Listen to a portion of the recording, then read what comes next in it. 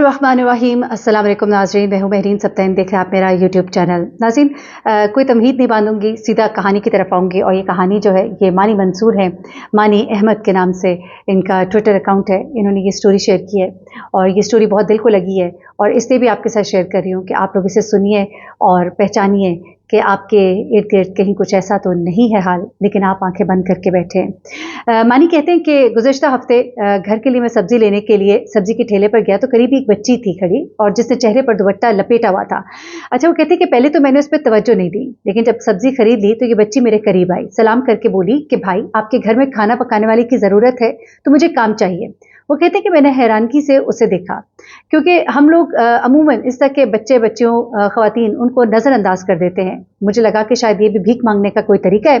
तो कहते हैं मैंने जेब से चंद रुपए निकाले, उस बच्ची को देने की कोशिश की तो उसने हाथ जोड़कर कहा, भाई भीख नहीं, काम चाहिए। अच्छा, उसके बाद वो कहते हैं कि घर में माँ और भाई बहन सब भूखे हैं, इस लड़की ने मुझे बताया। वो कहते हैं कि बच्ची ने जिस अंदाज से बोला कि ये किसी भिखारी या मांगने वाले का अंदाज नहीं था, उसका अंदाज ही और था, एक खुददार इंसान का अंदाज था। तो वो कहते हैं कि मैंने सब्जी वाले से उसके बारे में मालूम किया तो उसने बताया कि वो 2 दिन से यहाँ आ जाती है, लोगों से काम मांगती है, लेकिन किसी से भीख नहीं लेती, न तकाजा करती है। अब इस बात की गवाही जो सब्जी वाले ने भी दी कि वो भीख नहीं लेती। फिर वो कहते हैं कि सब्जी वाले ने बताया कि ना ही वो कोई मुफ्त सब्जी लेती है। वो कहते हैं कि इस बात पर मैं ठटका और मैं इसकी तरफ मैं मुतवज्जे हुआ। फिर वो कहते हैं कि सब्जी वाले ने मुझे ये भी बताया कि बच्ची दिन में आ जाती है, सामने बने चबूतरे पर ये बैठ जाती है, चंद लोगों से काम का बोलती है, अगर कोई कुछ देने की कोशिश करता है तो शुक्रिया कहकर वापस एक तरफ खड़ी हो जाती है।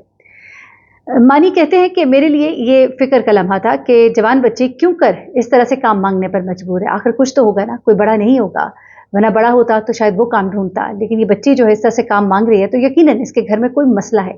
ये एक ऐसा इंसान सोचता है जिसके दिल में दर्द दिल होता है और जिसके दिल में हमदर्दी का जज्बा होता है, और एक ऐसा इंसान जो मुआशरे की इन तंगियों पर, इन सख्तियों पर अपनी आंखें बंद नहीं कर लाता। हम लोग बहुत बेहिस हो गए हैं, हमने अपने इर्द गिर्द होने वाली चीज़ों के ऊपर अपनी आंखें बंद करनी शुरू कर दी। खुदा के लिए अपनी आंखों को खोलिए, इस कहानी को बड़े गौर से आखिर तक सुनिएगा।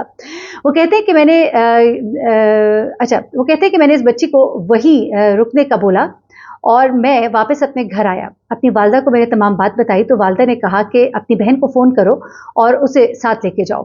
उन्होंने बहन को फ़ोन किया और कहा कि तुम भाई के साथ जाओ, एक बच्ची है, इससे बात करो, दरियाफ्त करो कि उसका मामला क्या है। वो कहते हैं कि मेरी हमशीरा जो है, मैं उनके घर गया और वापस उनको लेकर सब्जी के ठेले पर पहुंचा, लेकिन बच्ची वहां जा चुकी थी। वो कहते हैं कि मैंने सब्जी वाले को अपना फ़ोन नंबर दिया और उसे कहा कि जब भी ये बच्ची दोबारा आए तो फौरी मुझे फ़ोन करना, ताकि मैं अपनी बहन को साथ लेकर वहां पहुंचूं। अब वो कहते हैं कि मैं मामले की तह तक पहुंचना चाहता था, इसलिए अगले रोज सब्जी वाले ने फ़ोन करके कहा कि वो बच्ची अभी आई है। अच्छा, ये जवान दरअसल इसके दिल में एक होता है ना कि कोई इंसान, मैं कहती हूँ शायद मोमिन होता है, एक अच्छा और नेक इंसान होता है, जिसको दूसरे का दर्द जो है और उसके दर्द की सच्चाई जो है महसूस हो जाती है, और इस दर्द ने उसके दिल को जगा दिया था, उसके दिल की आंख को खोल दिया था, और तभी वो इस बात की जुस्तजू में था कि अगर वो वाकई ज़रूरतमंद है तो मैं उसकी कोई मदद करूं। अच्छा, वो कहते हैं कि मैंने सब्जी वाले को फ़ोन नंबर दिया और उसके बाद मैं अपनी हमशीरा को लेकर ताकि दोबारा पहुंचूं। अगले रोज सब्जी वाले ने फ़ोन करके कहा कि वो बच्ची अभी आई है, करीब ही मौजूद है। मैंने अपनी बहन को फ़ोन किया कि मैं आ रहा हूँ। उसके बाद वो कहते हैं कि जितने जल्दी मुमकिन था मैं बहन के घर गया और उनको साथ लिया और सब्जी वाले के पास पहुंचा। ये बच्ची वहां करीब ही मौजूद थी। मैंने अपनी बहन को बच्ची का बताया। मेरी बहन ने हाथ के इशारे से उस बच्ची को करीब बुलवाया और बात शुरू की। साहब कहते हैं कि मैं सब्जी वाले के पास ही खड़ा था और थोड़ी देर में मेरी बहन जो है मेरे पास आई और मुझे कहा कि ये एक पूरा थ्रेड चल रहा है, काफ़ी लंबा एक थ्रेड है स्टोरी का, ये मैं आपको सुना रही हूँ। अच्छा, उसके बाद वो कहते हैं कि मुझे मेरी बहन ने कहा कि हम इस वक्त इस बच्ची के घर जा रहे हैं, मुझे रिक्शा करवा दो और आप बाइक पर मेरे पीछे आओ, क्योंकि जाहिर सी बात है बच्ची को भी बिठाना था। वो कहते हैं कि मैंने करीब खड़े रिक्शे वाले से बात की, जिसमें मेरी बहन और बच्ची को सवार करवाया और उनके पीछे मैं चल पड़ा। बच्ची का घर जहां है वहां रिक्शा अंदर नहीं जा सकता था, रिक्शा हमने बाहर छोड़ा और उनके साथ आगे हम गए। वो कहते हैं कि मैं बाइक पर पीछे चल पड़ा। आगे जाकर एक खस्ता हाल घर, जिस पर बोसीदा सा पर्दा पड़ा हुआ था, ये बच्ची और हमशीरा दाखिल हुई इस घर के अंदर। हमशीरा ने मुझे बाहर ही रुकने का इशारा किया। थोड़ी देर के बाद मुझे भी अंदर बुलवा लिया। कहते हैं कि मैं दाखिल हुआ तो घर के हालात का अंदाजा हो गया। फिर वो बताते हैं कि बच्ची की वालदा पुरानी चारपाई पर बेसुध पड़ी थी, साथ उसकी बहन और भाई सहमे हुए बैठे थे। मालूमात करने पर इल्म हुआ कि चंद माह कबल एक हादसे में बच्ची के वालिद का इंतकाल हुआ और वालदा की हालत खराब होती गई और फिर बीमारियों ने उन्हें चारपाई पर लगा दिया। फिर वो कहते हैं कि पहले उनकी वालदा जो है घरों में सफाई का काम कर लिया करती थी, जिससे थोड़ा बहुत गुजर बसर होता था, लेकिन वक्त गुजरने के साथ वो इतनी बीमार हुई कि एक काम भी छूट गया और वो बिस्तर पर लग गई।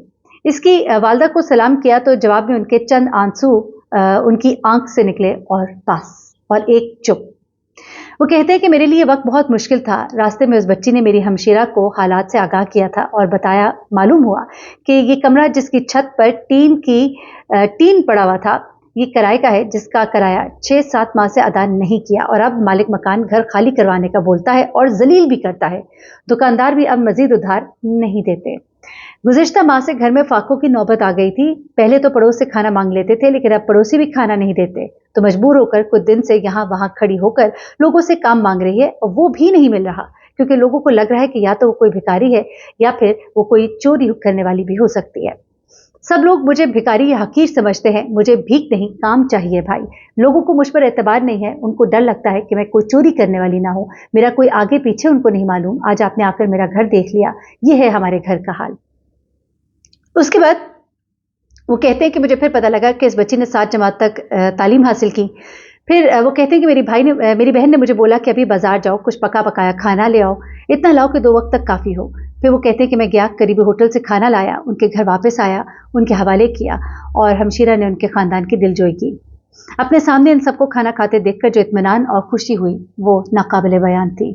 मैं तमाम मामलात बतलाए, बच्ची की वालदा को हिम्मत दिलाई कि हम कल फिर आएंगे, जो मुमकिन हुआ वो करेंगे। बच्ची को कहा कि वो अगले रोज सुबह हमारे घर आए। हमशीरा ने कुछ रकम दी, ये कहकर बच्ची के हाथ में कि तुम समझ लो कि तुम्हें काम मिल गया और ये उस काम की पहले रोज की उजरत है। बच्ची को अपना फ़ोन नंबर, घर का पता देने के बाद हम लोग वहाँ से निकले, वापस आए और सारा मामला हमने वालदा के गोश गुजार किया कि बच्ची कौन है और मामला क्या है। वालदा ने फिर सख्त अल्फाज में ताकीद की कि इसलिए कहती हूँ अपने आसपास नजर रखो, हर भिखारी नहीं होता। इस महंगाई और अफरा तफरी के दौर में इस बच्ची जैसे मालूम नहीं कितने होंगे जो भीख मांगते होंगे, मालूम नहीं कितने होंगे जो भीख मांगने के बजाय किसी गैबी मदद के मुंतजिर होंगे। उसके बाद उन्होंने ये भी कहा कि तुमने वो कल क्यों ना किया जो तुमने आज किया। आप यकीन मानिए, कुछ माएँ भी होती हैं, ऐसी माएँ होती हैं जो कौम की तामीर करती हैं, जो कौम के मेहमान बनाती हैं। अल्लाह ताला ऐसी माएँ सबको नसीब करे। और यकीन मानिए, खुदा के लिए अपने इर्द गिर्द हुक्म है कि वो कौन सा मुसलमान होगा कि जिसके दाएं बाएं आस पड़ोस में कोई पड़ोसी भूखे पेट सोए और तुम अपना पेट भर कर सो। उनके तो इर्द गिर्द में जो पड़ोसी है वो भी गरीब गुरबा है, मुश्किल से उन्होंने कुछ दिन उसका आसरा किया होगा, लेकिन आपके भी वो पड़ोसी हैं। आपके ऐन घर के सामने रहने वाला सिर्फ आपका पड़ोसी नहीं है। खुदा के लिए अपनी आंखें खोलिए। कहते हैं कि मालूम नहीं ये लोग कब से फक्र फाका किए हुए होंगे और हमारे पास ही मौजूद थे और हमने कब से उनकी खबर ना ली। वालदा ने कहा कि कल उस बच्ची को आने दो और तुमसे जो मुमकिन हो सकता है करो। हमशीरा ने बताया कि मकान का किराया, दुकानदारों का उधार, बच्ची की वालदा के इलाज मुआवजे के अखराजात कितने हैं। हमने सोचा, अंदाजा किया कि अगर फौरी तौर पर इस बच्चे को काम मिल भी जाता है तो मिलने वाली उजरत गुजर बसर के लिए नाकाफी होगी। चंद अहबाब से रब्ता किया, फौरी 1 माह के राशन का इंतजाम हो गया। हमशीरा ने बताया कि गुर्बत के सबब बच्ची के घर के बर्तन तक बिक चुके हैं, उनका इंतजाम भी करना होगा। शुरुआत से घर से की हमने। वालदा और हमशीरा ने घर के ज़्यादा इस्तेमाल में आने वाले बर्तन रात ही को अलग करके जमा किए, साथ चंद कपड़ों का निज़ाम किया। दिल को थोड़ा इत्मीनान हुआ कि सुबह जब ये बच्ची आएगी तो इसको देने के लिए कुछ असबाब मौजूद होगा। उसके बाद वो कहते हैं कि सुबह ये बच्ची जिसको वक्त दिया गया था वो उसे कुछ देर बाद अपने छोटे भाई के हमरा घर पर आ गई। वालदा ने बच्ची को खुशामदीद कहा, हमने साथ नाश्ता किया और उसे कहा कि अब तुम काम शुरू कर लो। बच्ची ने बताया कि उसे खाना पकाना, सिलाई करना, सफाई का काम भी आता है, लेकिन मुझे इज्जत वाला काम चाहिए। वालदा ने बच्ची का हौसला बढ़ाया और उसको बताया कि मेरा बेटा कोशिश कर रहा है, तुम हिम्मत रखो। मैंने चंद अहबाब से बात की जिसमें से 2 जगहों का इल्म हुआ घर के काम पर रखा जा सकता है। मैंने मुकम्मल जांच पड़ताल के बाद इस बच्ची को इन दोनों जगहों का बताया, जिस पर बच्ची की खुशी काबिले दीद थी। इस बच्ची को कहा कि दोनों घरों में महल्ले में है, इसे तुम जाओ और काम देखो। अगर घर, माहौल और काम समझ आता है तो बिस्मिल्लाह पढ़कर काम करो और वापस में हमारे घर आ जाओ। चंद घंटों के बाद ये बच्ची वापस आई। मालूम हुआ घर में सफाई और दोस्त में पकाने का काम किया है, दोस्त के घर में।